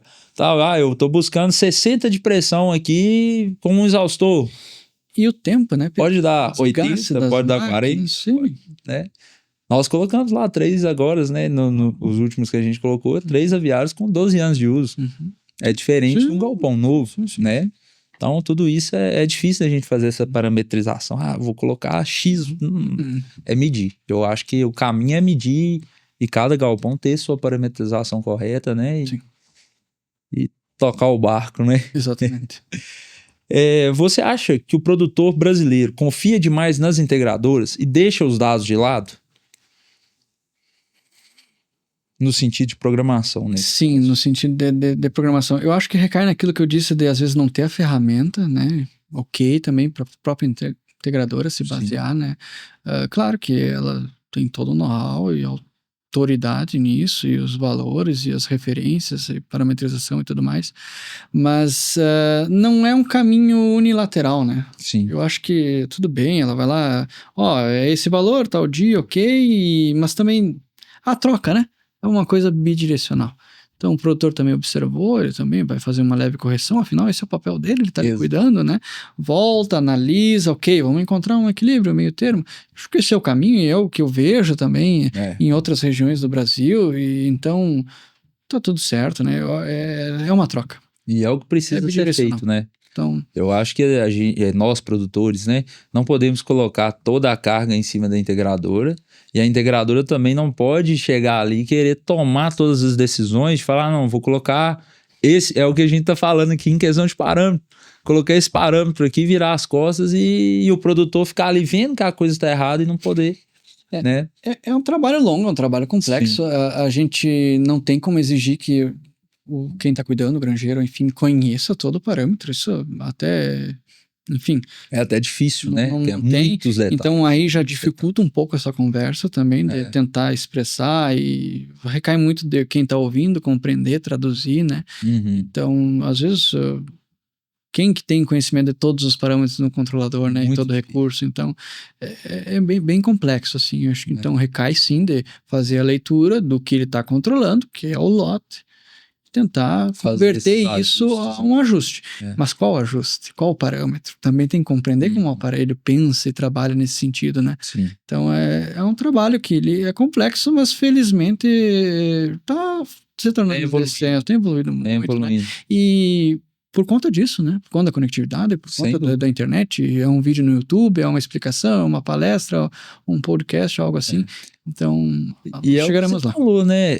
Vai chegar um ponto das integradoras terem condição de ver, né? De pelo menos acompanhar, não vou dizer fazer alterações à distância, que eu acho que seria até um pouco perigoso, mas pelo menos acompanhar esses dados para no outro dia o técnico chegar e falar, não, realmente isso aqui não ficou legal, vamos fazer isso aqui, né? Eu acho que isso aí seria assim, zerar o game, vamos dizer assim. Seria muito bom para o integrado e para a integradora também. E infelizmente está próximo, também bem próximo disso.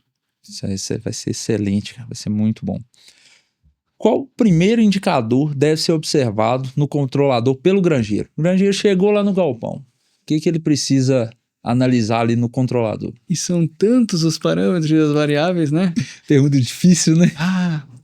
Eu não sei, eu não sou referência nesse sentido, mas quando eu chego numa granja, falando Lucas, né?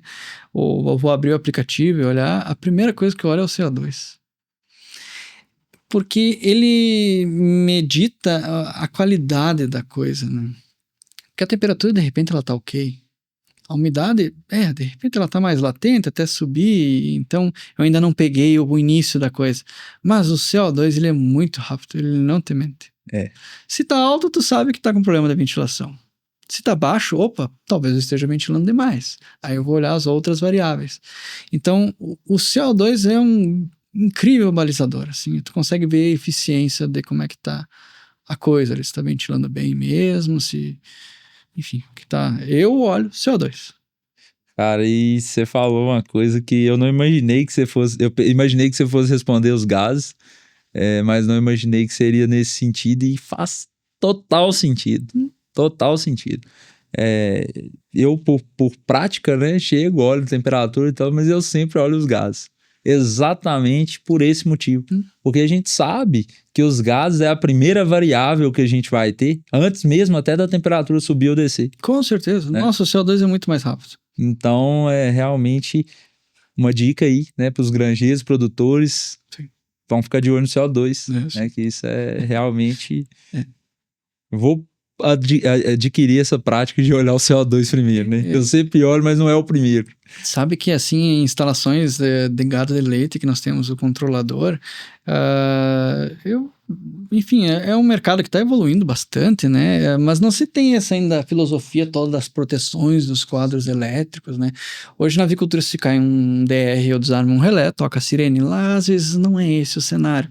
E algumas granjas eu pude acompanhar e caiu o disjuntor dos grupos de ventilação, que nós estamos falando de 40, 50, 60 exaustores, né? E aquele período que aquele quadrante de exaustores parou, a temperatura demorou muito para subir. Primeiro que tem um sistema evaporativo enorme, então é uma coisa que... Mas o CO2 não leva 10 minutos, vai lá em cima e aí desarma a cortina por CO2. Então é um mecanismo que no gado de leite tem funcionado de forma muito fantástica. De tão rápido que é a resposta do CO2.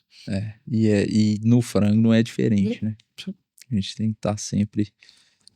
O treinamento, a gente já falou disso, né? Na sua opinião, é uma ferramenta importante para equalizar a tecnologia, estrutura e manejo? Sim, ela não só equaliza, né? Mas equalizar no sentido de ter alguma coisa mais que a outra, né? Mas independente, eu acredito que ali a gente consiga extrair um melhor potencial das coisas, né? E o equilíbrio entre essas coisas. Nós precisamos, na avicultura, sempre tentar extrair o máximo rendimento das coisas, porque as margens, elas são apertadas, como eu disse. Então, é preciso, a gente não pode marcar bobeira nesse aspecto, né? Então, o treinamento, ele é indispensável. Só que eu até nem falei lá no início, né, nessa jornada toda, eu tive uma parcela da vida que fui professor, né? Eu fui professor do curso técnico de automação, formei bons alunos que hoje, inclusive, estão lá na empresa trabalhando conosco. Que bacana. Puxei eles. E a sala de aula e o treinamento, o que for, ele é sempre muito difícil, porque a gente tem uma curva de tolerância, né? Sim. Passou seus 30 minutos, tu já tá exausto. Então, ele não vai vir em um único treinamento, ele não vai vir em uma carga explosiva de informações. Isso se dá ao longo do tempo, né? Então, treinamentos são ótimos, são válidos, é bom para tu ter uma imersão, uma ideia inicial da coisa, mas tu não vai sair perito daquilo, tu não vai ser profissional naquele momento. Por causa da exaustão, a gente é humano, a gente cansa, né? Sim. Então, é maçante, ainda mais um assunto que é complexo. Então, isso tem que ser algo constante, nessas formas de busca. E aí cabe de nós, fabricantes e empresas, também criar um material nesse sentido de acesso rápido, né? Se adequar aos diferentes públicos. É para ser aparelhos que vão ao Brasil inteiro? Sim, são. E os N públicos que existem, né? Do mais técnico ou do produtor, que é a realidade e a gente precisa respeitar, que não tem o apreço da leitura ou a alfabetização, que for, né? Vai ter que ser um vídeo, vai ter que ser um áudio, então a gente tem que se adaptar nesse sentido e estar presente nisso, né?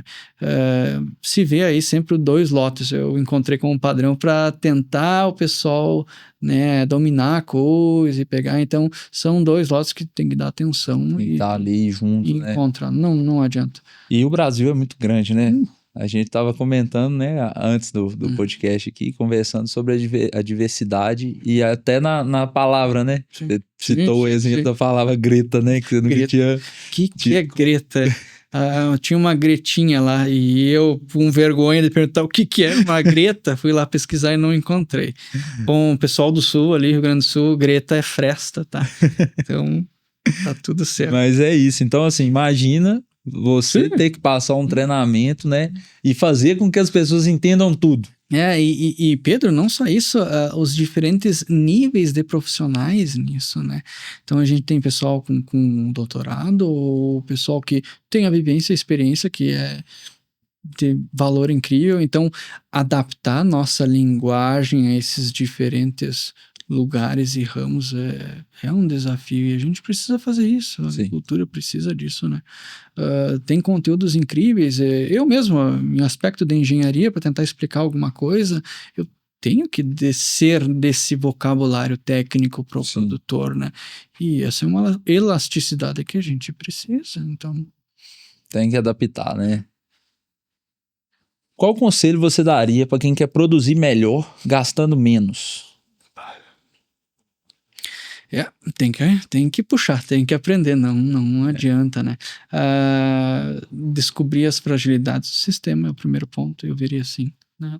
Onde é que está indo os teus insumos, né? Onde é que está o teu prejuízo mesmo, compreender o sistema, ver de que forma ele pode corrigir isso, né? Só que, claro, isso tudo requer da forma como as coisas operam um trabalho investigativo, né? E às vezes na correria do dia a dia a gente não tem tempo para isso, né? Mas eu acho que a melhor forma, sim, é a busca do conhecimento, é ouvir essa grande rede que vocês, avicultores, têm uns com os outros, né? Essa troca que existe, isso é importante. Eu acho que independente de qualquer opinião comercial, pressão que for, é a vivência, é o dia a dia, né? Então, o que eu vou operar todo dia? O que eu tomo? E aí, encontrar formas eficazes de fazer isso. Não tem outra forma, outra receita, né? Então, para se tornar mais eficiente, eu diria isso, é a busca. E você me lembrou aqui uma fala que meu pai sempre falava comigo e fala até hoje, né? Você ganha em centavos, cuidado com o que você vai fazer aí e tal. E isso realmente, a avicultura ela é medida em centavos, né? Então, às vezes a gente pensa assim, isso aqui não tá fazendo tanto sentido, mas a gente tá perdendo muito dinheiro ali. Sim. Né? Não só no ganho do frango, mas às vezes ali no gasto de um aquecimento ali mal dimensionado, que a gente faz uma programação errada, né? Então são muitas coisas mesmo, energia elétrica. Sim. E aí mora um perigo, porque a gente tá olhando cifras muito pequenas. Sim. E a gente tenta economizar em coisas pequenas. De repente tô economizando no aquecimento, algo assim, que é um valor enorme na minha tabela lá, né, de custo. E aí o que isso vai me trazer no final, né? Então é perigoso. Sim. São valores pequenininhos e tu tenta economizar nos maiores para compensar o pequeno e às vezes não é ele. É outros menores ainda que tu tem que... Exato, essa questão do aquecimento principalmente, né? O aquecimento eu acho que de toda forma ele precisa ser muito bem assistido. Por que ele tem que ser muito bem assistido? Porque ele, além dele ser um grande custo, né? Que a gente vê aí, é um dos maiores custos que a gente tem, independente se for lenha, independente se for gás, o que for, né? Tirando energia elétrica. Só que o que acontece? Se você for demais, né? Passar do limite, você vai atrapalhar o seu lote, que é o caso da fornalha que você contou, que é o caso da campana que vai estar ali irradiando, às vezes em excesso em determinado lugar. E se você economizar nele, da mesma forma, você vai estar perdendo o desempenho do frango. Então, essa economia, ela acaba virando uma economia porca, né? E às vezes a gente tem outras formas e outras coisas para ajustar e para chegar. Né? O aquecimento, eu acho que a gente tem que estar com ele 24 horas. E energia elétrica também, então da forma como tu parametrizar o controlador, você tem um controle muito ríspido, liga e desliga, partida de motor, com toda certeza, então... São várias frentes, que bom que nós temos várias frentes para investigar, né? Mas tem que ter esse cuidado aí. Às vezes o menor não vou tirar o maior. Sem dúvida. Se você tivesse de deixar um único ensinamento ao produtor para sair do básico e ir para alta performance, qual seria? Ele deveria começar o que ele deveria começar a fazer ainda hoje? Sim. Buscar alternativas, ver o que o mercado oferece, né? Todos tendem a oferecer a mesma coisa porque é necessário atuar na mesma coisa, nos mesmos galpões, né? Só que essa forma de, puxando para o ramo do controle, né? Ela se dá de N maneiras. Algumas mais fáceis, algumas mais complexas, outras mais seguras, outras mais inseguras. Então, antes de sair na premissa de que comprando algo muito tecnológico ou rebuscado, enfim, é garantia, não é. Então, e acredito que a melhor forma de encontrar esse conhecimento é ouvindo dos próprios produtores, né? Eu acho que é ali que está o feedback da coisa. Sim. Às vezes uma escolha num projeto por ser confortável, pega o XYZ, sabe? Todo dia tu vai mexer no XYZ. Então, tem que cuidar isso, né? E a tecnologia tá aí, coisa fantástica isso, então com certeza vai alavancar resultado, independente do que se escolher, mas a busca do que há, do que você tem e encontrar a melhor escolha, né? Com certeza. Sem dúvida. Eu diria isso, é a pesquisa, sempre vai ser a pesquisa, não adianta. Não adianta, sem dúvida, também compartilho dessa resposta. Vamos pro bate-bola aqui de 10 palavras aqui pra gente fechar? Ok. Eu vou falar uma palavra, você fala a primeira então, que vier. Meu raciocínio é um pouco lento, vamos lá. Avicultura. Avicultura, eu diria história. Minha história profissional foi toda agricultura. Pessoalmente, história. Tecnologia. Fantástico, imprescindível, uma paixão. Manejo. Complexo e necessário. Mão de obra. Delicada. Sondas. Precisas. Manutenção. Preditiva. Ventilação. Tipo água, né? O mais óbvio possível, necessário. Programação. Atenção. Segurança. Indispensável. Investimento. Mal necessário. Lucas, queremos te agradecer enormemente pela presença, por ter aceito o convite, né? Para nós foi muito bom, muito gratificante ter trocado essa experiência com você, né? A gente já se conhece, né? De um bom tempinho aí, a gente se fala aí direto, né?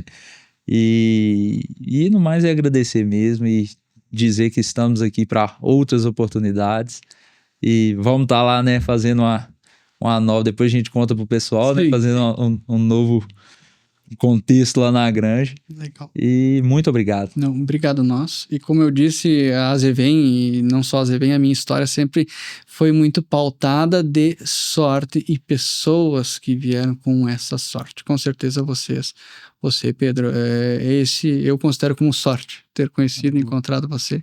Então, meu prazer estar aqui é enorme e meu muito obrigado. Eu que agradeço. Obrigadão. Legal.